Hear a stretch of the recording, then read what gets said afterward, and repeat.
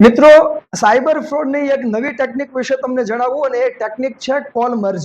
મિત્રો યાદ રાખજો કે સામાન્ય રીતે જ્યારે આપણે બે જણા વાત કરતા હોઈએ એ સમય દરમિયાન કોઈ ત્રીજો વ્યક્તિ તમને ફોન કરે તો આપણે કોલ મર્જ કરીને 3 જણા વાત કરતા હોઈએ છીએ. પણ અહીંયા કઈ રીતનું ફ્રોડ થઈ રહ્યું છે એ તમારે સમજવાનું છે. ઘટના એવી બનતી હોય છે કે કોઈ સાયબર ફ્રોડ કરનાર વ્યક્તિ છે એ તમને અજાણ્યા નંબરમાંથી ફોન કરશે. ફોન કરીને તરત જ તમને એમ કહેશે કે ભાઈ મેં તમારા કોઈ સંબંધી પાસેથી તમારો નંબર લીધો છે અને એ વ્યક્તિ તમારી સાથે તમારા સંબંધી તમારી સાથે વાત કરવા માંગે છે.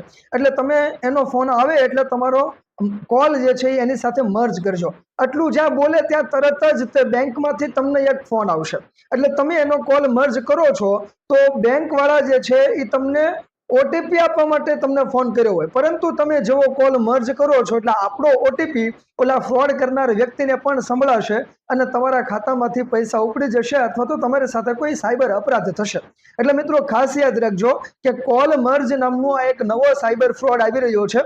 આનાથી બચવા માટે એક જ બાબત ખાસ ધ્યાન રાખવાની છે.